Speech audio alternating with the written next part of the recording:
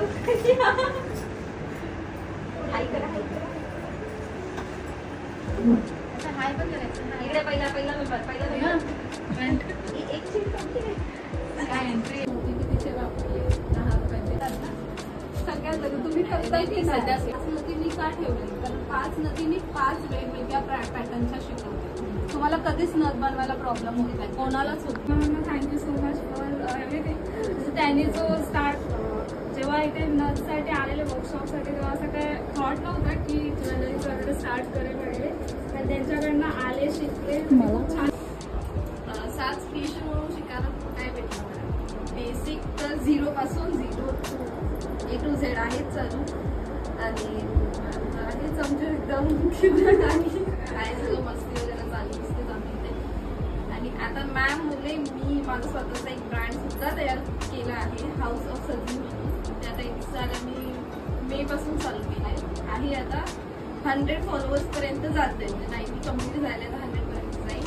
आणि मॅमच्याच टेक्निकमुळे व्ह्यूज पण माझे 5000च्या वरती गेले.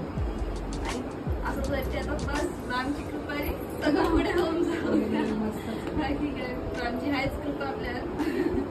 खूप छान केला तिने. म्हणजे शॉर्ट टाइम मध्ये तिने 2 महिन्यात आता 100 जर तिला मिळाले तर विचार करा ना की तिला महिन्याला 50 फॉलोअर्स मिळतात. तर मग खूप लवकर ग्रो होईल तिचा अकाउंट. कारण ती टेक्निक्स तशा वापरते. मी पाठवेल तुम्ही सगळ्यांनी एकदा बघा तिच्या अकाउंटला. आणि तिने नवीन ओपन केलं म्हणजे तिचं ऑलरेडी अकाउंट होतं त्याला फॉलोअर्स होते बऱ्यापैकी. उलट माझं झालेलं आहे याच्या उलट. जेव्हा मी फर्स्ट अकाउंट ओपन केलं जेव्हा मी हे शिकली ना रेशमाला सांगते तेव्हा मला असं वाटत होतं की मला सगळ्या घरातले सांगत होते तू नवीन अकाउंट ओपन कर. का तर तुझं ब्रँड न्यू आहे. तर मला ही भीती होती की माझ्या जुन्या अकाउंटला मला 250 फॉलोअर होते. तर मला ही भीती होती की माझ्या नवीन अकाउंटला मला फॉलोअर नाही भेटले तर मी काय करू. ऍटलिस्ट इकडे माझे 250 तर आहेत ठीक आहे. तिथे माझे पर्सनल फोटो आहेत माझे फॅमिली फोटो आहेत ठीक आहे. मी ऑलरेडी तर माझं अकाउंट होतंच ना सोशल मीडियावरती. तर मी ह्या भीतीने तोच अकाउंट कंटिन्यू केला की ऍटलिस्ट इथे 250 तरी आहेत. मी जर नवीन ओपन केला आणि मला फॉलोअर्स नाही मिळाले तर. आणि पूर्ण कम्प्लीट 1 वर्षामध्ये माझे 10K झाले. पण त्या 10K साठी मी डे काउंट केले. म्हणजे प्रत्येक दिवशी माझ्या डेली रील्स स्टोरी आणि पोस्ट हे डेली माझे जात होते. आणि त्यात क्रिएटिव्हिटी जात होती. म्हणजे आपलं जेव्हा नवीन क्रिएटिव्हिटी जाते ना तेव्हा इंस्टाग्राम तुम्हाला समोरून प्रमोट करतो. म्हणजे मला लीडसाठी पैसे न्यायला घालावे लागले किंवा मला सोशल मीडियाला मी 1ही रुपया खर्च नाही केला कधीच नाही. माझे 10K होईपर्यंत जेवढाही अकाउंट ग्रो झालाय ना तो नॅचरली ग्रो झालाय विदाऊट पैसे टाकले. सो नॅचरल ग्रोथ आहे ना तो खूप इम्पॉर्टंट असतो तुमच्यासाठी. त्याच्याने तुम्हाला ऑर्डर्स नॅचरली येतात. कारण तो फेक नाहीये. जेव्हा तुम्ही फेक फॉलोअर्स घेता किंवा फेक पैसे देऊन तुम्ही करता तेव्हा ओके ठीक आहे सोशल मीडिया आपल्याकडून पैसे देत आहे तर ते त्यांचं काम आहे. त्यांनी तुम्हाला प्रॉमिस केलं की आम्ही 1000 लोकांना तुमचा व्हिडिओ दाखवणार आहोत. ते लोक 1000 लोकांना दाखवतील पण ते 1000 लोक खरंच त्यात इंटरेस्टेड आहेत का नाही. पण जेव्हा तुमचं नॅचरली ग्रो होतं ना तेव्हा तो 101% तुमचे ते 1000 लोक तुमच्या अकाउंटला इंटरेस्टेड असतात. म्हणून ते लाईक करतात शेअर करतात आणि कमेंट करतात. आणि लाईक आणि शेअर होणं खूप इम्पॉर्टंट असतं. जेव्हा तुमचं अकाउंट शेअर होतं ना जेव्हा तुमच्या जे पण तुम्ही काही बनवता ना प्रत्येक गोष्ट शेअर झाली पाहिजे. असं जेव्हा मी पहिलं करायचं स्टार्टिंगला माझे होते 200 250 असे व्ह्यूज यायचे. त्याच्यापेक्षा जास्त व्ह्यूज नाही यायचे.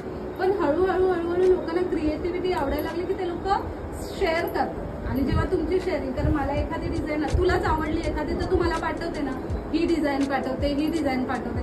तुम्ही का पाठवता कारण तुम्हाला समोरच्या व्यक्तीने ती बनवलेली डिझाईन आवडली म्हणून तुम्ही शेअर करता. आता तीच डिझाईन जर मी बनवलेली ऑलरेडी असती तर कोणी तुम्ही मला शेअर केली असती का नसती. म्हणून क्रिएटिव्हिटी शेअर करायची खूप. पण आता खूप छान अजून नवीन क्रिएटिव्हिटी बनव म्हणजे ठीक आहे. इन्व्हेस्टमेंट कोणत्याही बिझनेसमध्ये इन्व्हेस्टमेंट जोपर्यंत तुम्ही करत नाही तोपर्यंत तुमचा ग्रोथ होणार नाही.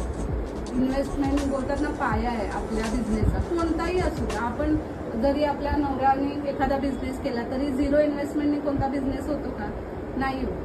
त्याच्यामुळे इन्व्हेस्टमेंट खूप महत्वाची आहे. आणि ठीक आहे ना आपण नवऱ्याबरोबर फिरायला गेली. मी हा क्लास केला तेव्हा नवऱ्याला तेच सांगितले मला 3000 रुपये दे नव्हता देत. मी म्हटलं तू असेच सगळे कोर्स करते आणि वेस्ट घालवते. तर मी पार्लर केलंय मी मेकअप केलंय. मी म्हटलं असं समज की तू मला फिरायला नेलं मला फिरायला नेऊ नको ह्या संडेला, ते फिरायला नेऊन तू माझ्यावर 4-5 हजार खर्च करतोस ना, मला ते 3,000 रुपये दे, मी ते इन्व्हेस्ट करते, मला ह्या संडेला नाही फिरायला यायचं. लिटरली ह्या शब्दात आमचं कॉन्व्हर्सेशन झालं दोघांचं. मी बोलली तुम्हाला नेणारच आहे, एनिवेज आपण फिरायला एव्हरी संडे किंवा कुठे बाहेर जेवायला जातो, आपण साधं हॉटेलला गेलो तरी आपण 3,000 रुपये खर्च करतो, 4,000 खर्च करतो. मी बोलली तू मला फिरायला नको नेऊ, मला त्या महिन्याचे पैसे दे, ते मी इन्व्हेस्ट करेन ह्याच्यामध्ये, आणि मग तू जर मी नाही केलं तर तू मला बोलू नाही शकत, कारण तू तर मला फिरून खूप लेट म्हटलं. आधी तर थँक्यू. मी जेव्हा त्यांच्याकडे शिकायला यायच्या आधी ना, मी माझ्या फ्रेंडने मला सजेस्ट केलं होतं की जायचंय म्हणून. तर तसं आधी पण हां, तर ती मला सांगायची की बघ मी एक ठिकाणी फसली होती, तर मला काही तिथं सक्सेस नाही मिळाला. तर मी विचार करत होती की जाऊ की नको. तर मी शेवटी एकदा गेली यांच्याकडे, आणि नंतर आपल्याला टीचर सांगतात ना टायपिंग की तू ह्या वेळेत ये, तर मी तुला शिकवते.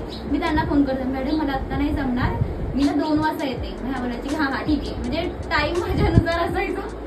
आणि मी कॉलवरती, आणि त्यांनी मला सोडलं, म्हणजे होतच नाही की सोडायचे वगैरे लेट झालं की, आणि त्यांना माहिती असायचं की मी डायरेक्ट क्लासेसवरून शिकवून डायरेक्ट त्यांच्या इकडे जायची ना.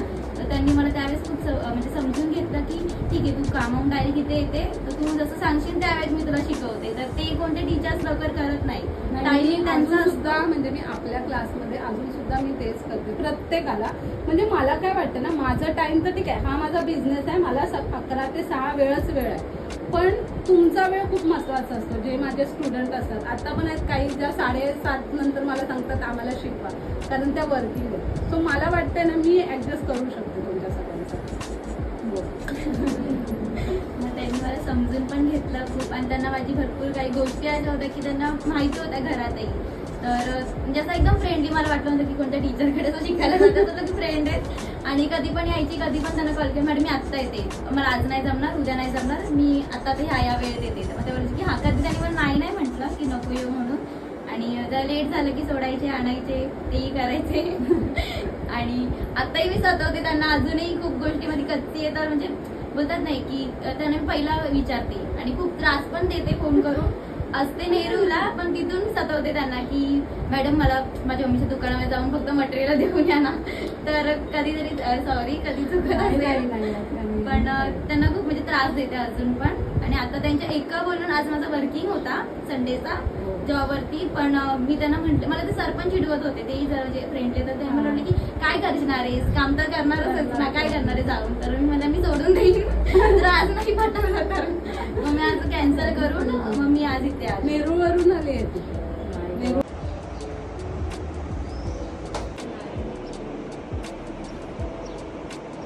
कोण काढते नक्की मी ह्याच्याकडे बघा, त्यांना जास्त अट्रॅक्शन वाटतं की अरे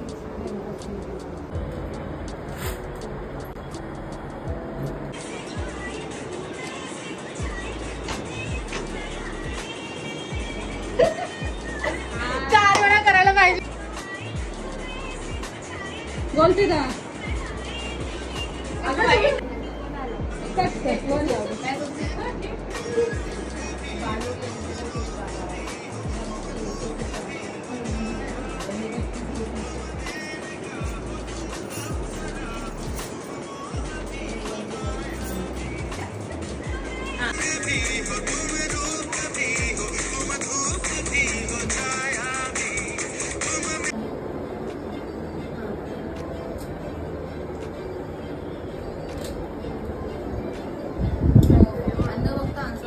म्हणजे बाळ होतं 4 महिन्याचं, तेव्हा मी ते जॉईन झाले, आणि त्याने मला खूप छान सांगितलं, मला हे आवडतं करायला. पण काय झालं, लहान